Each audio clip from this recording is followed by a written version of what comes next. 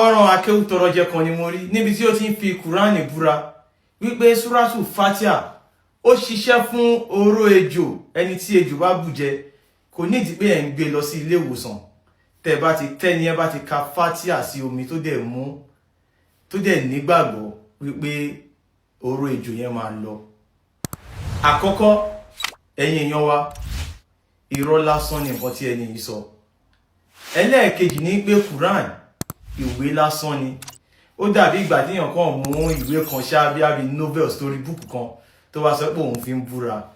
Èmi náà wá ní ìwọ tó bá jẹ́ ọmọ Yorùbá tó dẹ̀ jẹ́ mùsùlùmí ni mo ṣe ní kí n mú Quran yẹn wá kí n wá fi búra fún yín.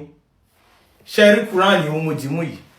Wàláhì tàláhì súmọ́bìláì. Ìwé yìí irọ́ lásán ló wà ńbẹ̀. Ìwé yìí ìtàn Ìjàpá àti Yánrinbo ni.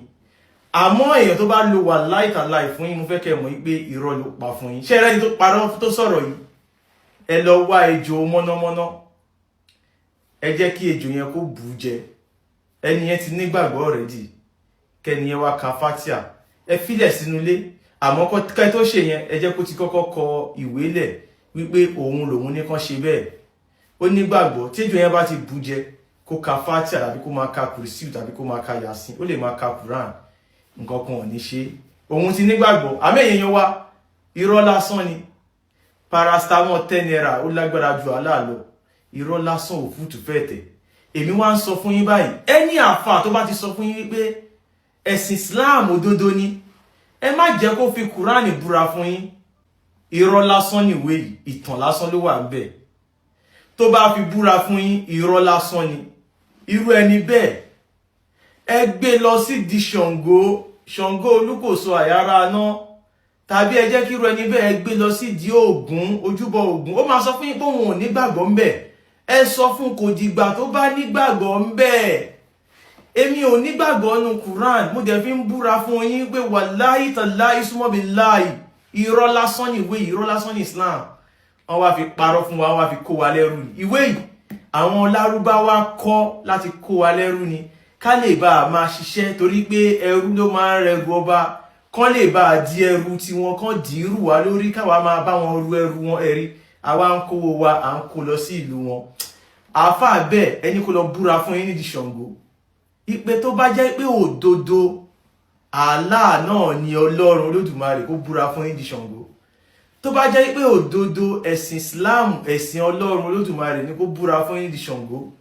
Tó bá jẹ́ pé òdodo Ọlọ́run Olódùmarè ló ń sọ̀rọ̀ nínú ìwé yìí ẹni kó búra fún yín nídìí Ṣàngó. Ẹ̀yin èèyàn mi, wọn ò bí dá, wọn ò bí mẹ́tàlá ẹ̀dá kò ní lè ṣe torí wípé irọ́ lásán ni. Ọlọ́run Olódùmarè ò sọ̀rọ̀ nínú ìwé kankan. Òfútù fẹ́ẹ̀tẹ̀ níwé yìí. Allah èrè lásán ni. Olúwa ilé Kaaba. Allah ò lágbára kankan, Allah ò lè ṣe nǹkan kan. Rí wọ́n ṣe ń pa wọ́n. Allah ò lè pààyàn fúnra ẹ̀. Àwọn mùsùlùmí ló ń pààyàn. Ṣé rí ẹ̀sìn yìí? Ẹgbẹ́ òkùnkùn ni ẹ̀sìn àwọn apààyàn ni. Wọ́n fi ń jagun gbalẹ̀ ni.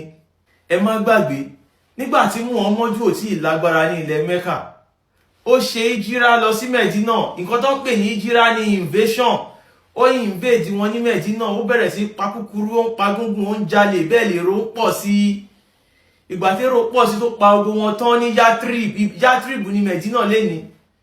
Ó tún kọrí padà sí Mẹ́kà, ó tún lọ kọ́ńkà wọn. Ìjírá yẹn ni àwọn mùsùlùmí sì ń ṣe dèní. Wọ́n ya wọ ìlú onílùú láti lọ kógun jà wọ́n, láti lọ gba ilẹ̀ wọn. Ẹ̀yin ọmọ Oòduà ẹ jí. Ọlọ́run Olódùmarè ò kì í ṣàlà. Ọlọ́run Olódùmarè ò lẹ́sìn. Ọlọ́run Olódùmarè ò ní kèfèrí. Ìfẹ́ ni Ọlọ́run Olódùmarè, ìkórìíra ni Allah. Ẹni tí ò bá ti ṣe Islam, Allah kórìíra ẹ̀. Allah ò kì í ṣe Ọlọ́run Olódùmarè. Allah dà gẹ́gẹ́ bí Ògún, Ṣàngó tọ̀dọ̀ tiwa, deity ni. Local deity, òun ni ó fi jẹ́ pé èdè ìlú yẹn ni ẹ máa fi bá a sọ̀rọ̀.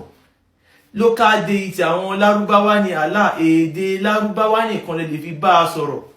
Local deity àwa ọmọ Oòduà ní Ògún, Ṣàngó, Ọbàtálá, èdè Yorùbá lè fi bá wọn sọ̀rọ̀. Ẹ̀yin ọmọ Oòduà ẹ jí. Ẹ má jẹ́ kán kó wa lẹ́rú pẹ̀lú Islam. Wọ́n fẹ́ kó wa lẹ́rú kí wọ́n gba ilẹ̀ wa ni. Nǹkan yìí tá à ń sọ yìí wọ́n ṣe ní ilẹ̀ Egypt, wọ́n ṣe Morocco, wọ́n ṣe Tunisia. Tẹ́ bá rí gbogbo àwọn ibi tí mò ń sọ yìí, gbogbo àwọn dúdú tó wà ńbẹ̀ wọ́n ti pa wọ́n tán, àwọn Lárúbáwá ti gbalẹ̀. Báyìí àwọn Fúlàní ti wá sá sí abẹ́ ẹ̀sìn Ìsìláàmù yìí láti máa fi kógun jà àwa ọmọ Yorùbá kí wọ́n da àárín wa rú kán lè bá gbalẹ̀ wa. Ẹ lọ wo gba àwọn àfáà tó ń sọ̀rọ̀, àwọn ìmáàmù ọ̀pọ̀lọpọ̀ mọ́sálásí ẹ̀yin èèyàn wa Fúlàní ni wọ́n kì í ṣe Yorùbá. Wọ́n á máa tako gbogbo àṣà àti ìṣe wa ní ilẹ̀ Yorùbá torí pé wọ́n mọ̀ pé ibẹ̀ gangan ni agbára wa wà. Wọ́n kọ́kọ́ fẹ́ gba agbára lọ́wọ́ wa kán tó kógun jà wá. Ní Kwara wọ́n ti gba agbára lọ́wọ́ wọn, wọ́n ti di Mùsùlùmí, wọ́n ti di Kìrìsìtẹ́nì. Wọ́n wá lọ kógun jà wọ́n, pa wọ́n pakúpa. Nǹkan yìí náà ni wọ́n fẹ́ ṣe ní gbogbo ilẹ̀ Yorùbá, ni wọ́n fi ń sọ pé Ògún ò dá, Ṣàngó ò dá, ẹ̀yàn ọmọ Oòduà ẹ jí. Nǹkan tó ń ṣe nílé yín yẹn ó lágbára ju àlá lọ. Ọlọ́run Olódùmarè ò níná kankan bí kankan, Ọlọ́run Olódùmarè ò ní àlùjànnà kankan bí kankan, ayé kankan ò parẹ́. A máa lọ, a máa bọ̀ ni, àtúnwá láyé ẹ̀san. Nǹkan tó bá ṣe ló máa gbà. Nífẹ̀ẹ́ ọmọlàkejì ẹ, tẹ̀lé òfin ìlú tó bá wà. Tó bá ti tẹ̀lé òfin ìlú, ó ti tẹ̀lé òfin Ọlọ́run. Ẹ̀rí tẹ́ bá kánú Quran, ẹ pa wọn, kí ló dé tí Allah ò pa wọn fún ara ẹ̀. Ìbẹ̀lẹ̀ máa ti mọ̀ gbogbo ọ̀rọ̀ nínú Quran yìí. Muhammadu ló ń sọ. Gbogbo mi ń sọ̀rọ̀ yìí kán wá kọ́lẹ̀, kán wá ní Ọlọ́run ló ń sọ̀rọ̀. Ṣọ́lọ́run ló ń sọ̀rọ̀ ni àbí MS bàbá ló ń sọ̀rọ̀? Bẹ́ẹ̀ gẹ́lẹ́ ló ṣe rí. Gbogbo instruction tí Muhammadu fún àwọn ẹmẹ̀wà àwọn Mùsùlùmí, ẹ pa wọ́n, ẹ gé wọn lọ́wọ́, ẹ gé wọn lẹ́sẹ̀. Wọ́n wá sọ wípé Allah ló ń sọ. Ẹ̀yin èèyàn wa, instruction àti jagunbalẹ̀ tí Muhammadu lò, òun ló wà nínú Quran o.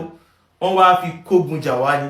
Tó bá jẹ́ Mùsùlùmí tó nígbàgbọ́ nínú Quran, mo tún fi búra fún wípé wallahi tallahi summa billahi irọ́ lásán nìwé yìí. Ẹ sọ fáwọn àfáà yìí wípé tó bá jẹ́ pé irọ́ là ń pa, kí ló dé tí wọn ò wá jáde sí wa kí wọ́n sọ wípé àwọn challenge wa nǹkan tá a sọ yẹn ká wá prove ẹ̀. Ṣé bá à ń sọ pẹ̀lẹ́rì ni? Wọn ò lè jáde. Òdodo là ń sọ fún yẹn ọmọ Yorùbá. Àwa ò parọ́ o. Ẹ tètè lọ ronú, ẹ lọ jókòó, ẹ lọ wò dáadáa wípé báwo ni Ọlọ́run ṣe fẹ́ bá wa sọ̀rọ̀ tó tún máa bá wa sọ èdè Lárúbáwá tí kò dẹ̀ dá wa sí orí ilẹ̀ Lárúbáwá. Allah kò kí ń ṣe Ọlọ́run Olódùmarè. Olúwa ilé Kàbá ni mo sọ yìí, mo dúró. Ó dìgbà.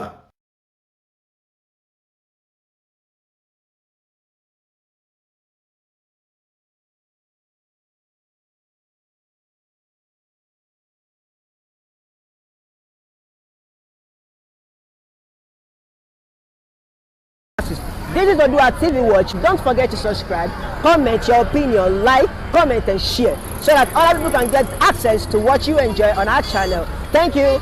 We love you.